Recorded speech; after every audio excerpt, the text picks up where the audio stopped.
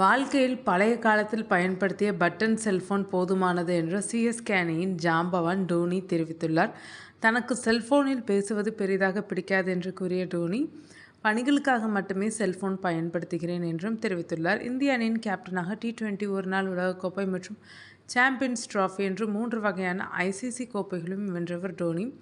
2019ஆம் ஆண்டு உலகக்கோப்பை அரையிறுதிப் போட்டியின் தோனியின் சர்வதேச கிரிக்கெட் வாழ்க்கை முடிவுக்கு வந்தது. அதன்பின் ஐபிஎல் தொடரில் மட்டுமே டோனி விளையாடி வருகிறார்.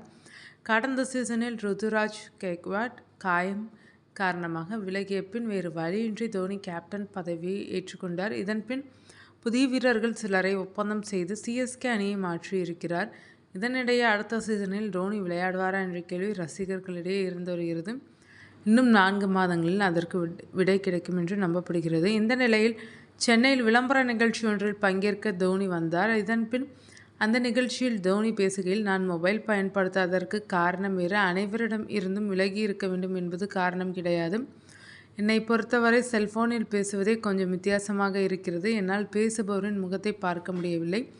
அவர்கள் எனது பேச்சிற்கு என்ன மாதிரியான ரியாக்ஷன்களை கொடுக்கிறார்கள் என்று தெரிவதில்லை. எதிரில் பேசுபவர் என்னிடம் பேச விரும்புகிறாரா இல்லையா என்பது கூட எனக்கு தெரியாது. நான் பேசும் தலைப்பு அவருக்கு பிடிக்கிறதா என்று கூட உறுதி செய்ய முடியாது. அதனால் யாரிடமும் பேசினாலும் நேரடியாகவே பேச விரும்புவேன். வார்த்தைகளை விடவும் நேரில் பார்த்தால் எளிதாக புரிந்து கொள்ள முடியும். நேரில் கிடைக்கும் சில தருணங்கள் செல்போனில் பேசும்போது கிடைப்பதில்லை. அதன் காரணமாகவே செல்போனில் யாரிடமும் பேசுவதில்லை. என்னுடைய பணிகளுக்காக மட்டுமே செல்போன் பயன்படுத்துகிறேன். அதேபோல் செல்போனில் அதிக அளவில் டெக்னாலஜி வந்துவிட்டது. ஒவ்வொரு நபரின் கைகளிலும் ஸ்மார்ட் போன் வந்துவிட்டது. நமக்கு பட்டன் செல்போன்கள் போதுமானது. அதேபோல் எனது வாழ்க்கையில் பல்வேறு தருணங்களில் பலரும் ஊக்கமாக அமைந்திருக்கிறார்கள். சிறு வயதில் கிரிக்கெட் ஆடியபோது சச்சின் மிகப்பெரிய ஊக்கமாக இருந்தார்.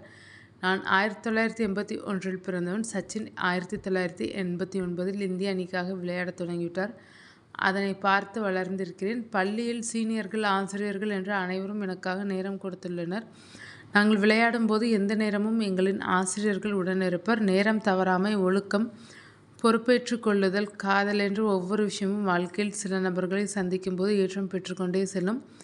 20 ஆண்டுகளுக்கு முன்பாக இருந்ததற்கும் இப்போது இருப்பதற்கும் ஏராளமான மாற்றம் உள்ளது. அதேபோல் அந்த நேரத்தில் எனக்கு கிரிக்கெட் முக்கியமாக இருந்தது. இப்போது வேறு விஷயங்கள் முக்கியத்துவம் வாய்ந்ததாக உள்ளது. சில தருணங்களில் சிறந்த சிந்தனையுடன் புதிய மனிதர்களை சந்திக்கும் போது பல்வேறு விஷயங்களை கற்றுக்கொண்டு மனிதராக முன்னேறுவோம் என்று தோனி தெரிவித்துள்ளார்.